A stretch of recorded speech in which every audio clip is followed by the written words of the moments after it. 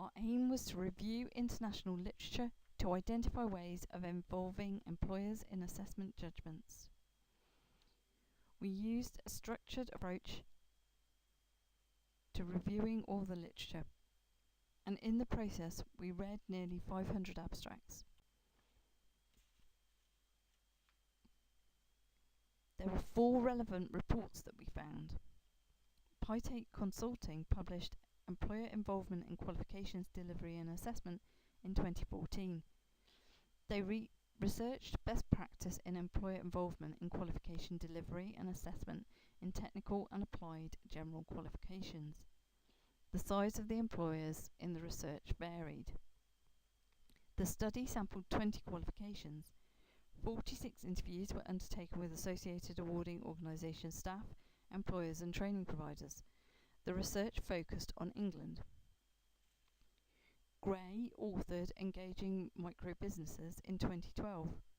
The work explored best practices for training providers to engage micro-businesses in skills provision for adults. The research included interviews with learning providers, small business support providers, and small business membership organisations. The evidence is from England. Hughes et al., Business Partnerships for American Education, was their report in 2002. They explained that the National Academy Foundation, NAF, a profit-making organisation, was successfully involving recruiting and retaining employer support for high school-based career academies. High schools are for students between the age of 15 and 18, and a career academy is described as a school within a school. It is essentially a career-focused programme of study, including work-related experience. NAF offers employers a national support network and links them to local programmes. The local programmes involve employers, teachers and learners working together with employers involved in internships, school funding, curriculum development and assessment. It's not clear whether these programmes lead to qualifications. Hughes et al.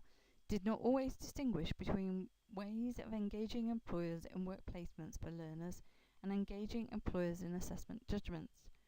Therefore, all approaches are included in this paper. And the research used a method of telephone surveying 192 employers, plus there were also case studies of high school career academy programs, including interviews and focus groups with teachers, administrators, learners and employers. The research was conducted in the USA. Finally, the 4th report was by the OECD and the International Labour Organization. Their report was called Engaging Employers in Apprenticeship Opportunities, and it was from 2017. They found that generally apprenticeships are a combination of on-the-job and school-based training, either during or after compulsory schooling, and they're usually regulated by a government. The report examines best practices in employer engagement in such programs. Ways of engaging employers in assessment delivery are included in our work. OECD and the International Labour Organization synthesized a great deal of research and a series of case studies of employer engagement in apprenticeships. They draw on evidence from around the world. The literature suggested drawing on employers' beliefs and motivations to engage them in assessment judgments. There are, of course, a range of ways of doing that.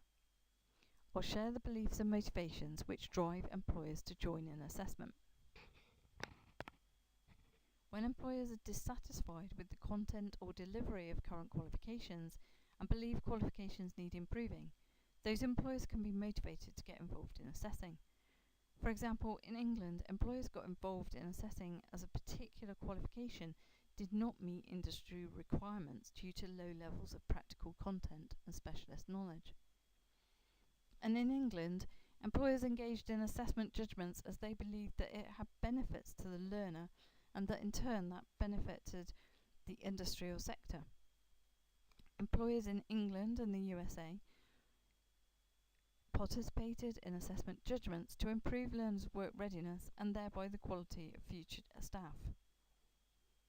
In the USA, employers were motivated to contribute to assessment judgments for several reasons: contributing to education, enhancing their public image, networking with other employers in a non-competitive situation, consolidating their client base, meeting potential employees, improving workforce diversity, and developing current employees through contact with new ideas and perspectives.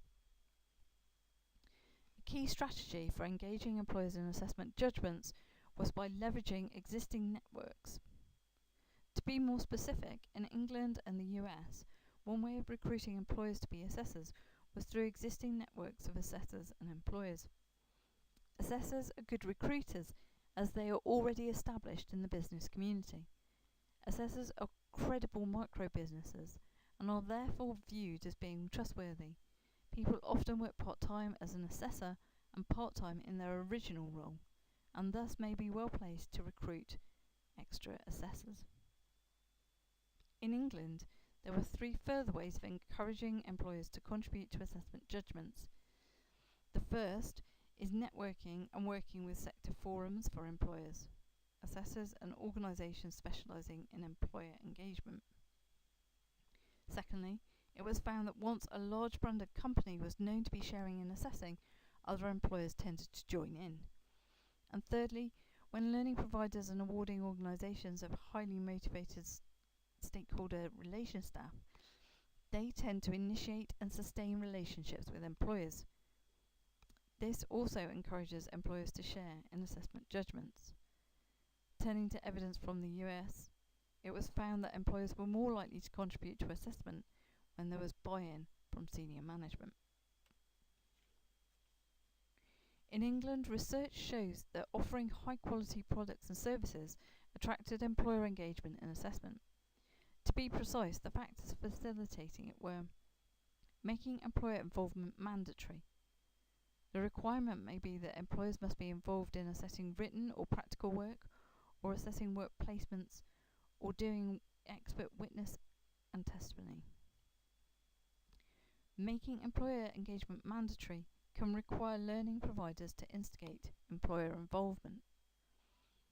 And using clear terms to explain the meaning of employer engagement is also helpful.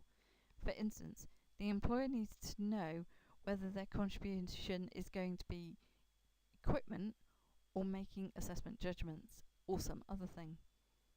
And promoting confidence in the competence of everyone involved in the assessment can also be helpful.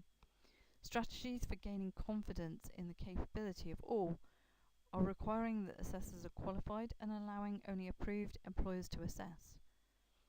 The approval may be either for all qualifications in a suite or a limited number.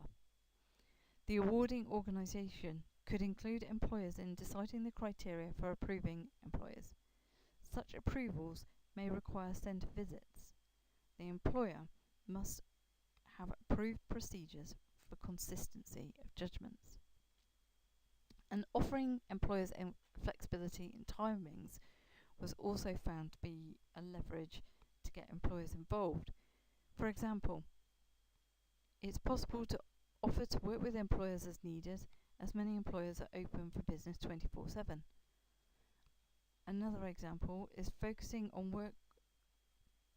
work on quiet times in the business calendar for industries such as tourism and forestry. And a third approach is to respond quickly to any inquiries regarding the advantages of work-based assessment. Offering employers informal arrangements is also helpful, as these may offer more flexibility than a written contract or memorandum of understanding. Finally, offering employers the opportunity to be involved in the development of qualifications, including assessment materials, can encourage them to become involved in assessment judgments. In other countries, a variety of hallmarks of quality products and services attracted employer engagement. In the US, one factor was offering assessor training and qualifications. For example, having a national bank of assessment exemplars for as many assessments as possible to provide a model for assessors to base their judgments on. The second factor was making contracts between employers, learners, program organisers and awarding organisations. In a variety of other countries, employers were attracted to participating in assessment judgments when there was flexibility in provision. In other words, there was a range of modes of assessment delivery to fit local needs. Examples include using technology for a variety of purposes, including recording evidence of work, holding discussions with assessors, and so on. Technology should be used only if it benefits the employers and also the learners. The final cluster of approaches was around policy making. Research shows that government policies can boost the inclusion of employers in assessing. For example, in India, a government required that employers contribute to assessment, and that boosted the employer engagement. In the USA, offering financial support from government, such as tax incentives or financial support from elsewhere, were effective in engaging employers in assessing. Whilst we were really looking for what promoted employer engagement, we did also find reference to some barriers to employer engagement. These were noted by Pite Consulting. The first was staff turnover. Variations in the staff at employers, learning providers and awarding organisations, or in particular industries, can disrupt relationships. This interrupts the business of assessing. The second barrier is staff capacity. It's tricky for employers to ensure that staff are confident about making assessment judgments and have the necessary expertise. Relatedly, employers, awarding organisations and learning providers experience time pressures. Therefore, it's tricky to find time for assessment. Moreover, if staff are allocated to making assessment judgments, it can be difficult to cover for them.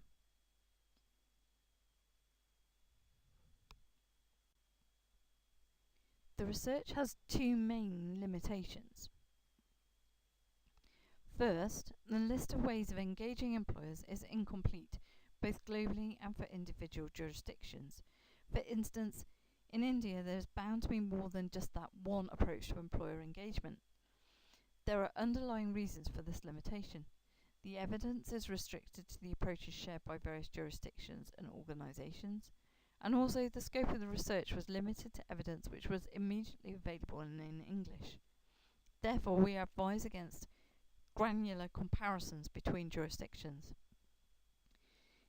The second limitation is that the values and culture of jurisdictions will influence which approaches are effective.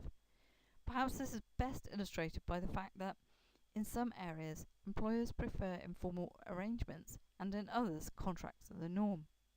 Cultural differences cannot be accounted for in this type of research. Consequently, it's important to be mindful that approaches which work elsewhere may not generalise to the UK. And finally, conclusions. Despite the limitations of the research, this work did enable us to draw some really important conclusions. The research consolidates international evidence about best practice in engaging employers in assessment judgments. Only a small literature was found, as is often the case for vocational and technical qualifications. Additionally, where the topic was mentioned, there was generally little detail. The list of approaches to engaging employers is likely to confirm or augment current practices of awarding organisations, governments, and so on. The work might also highlight approaches to consider for future use, taking local needs and culture into account.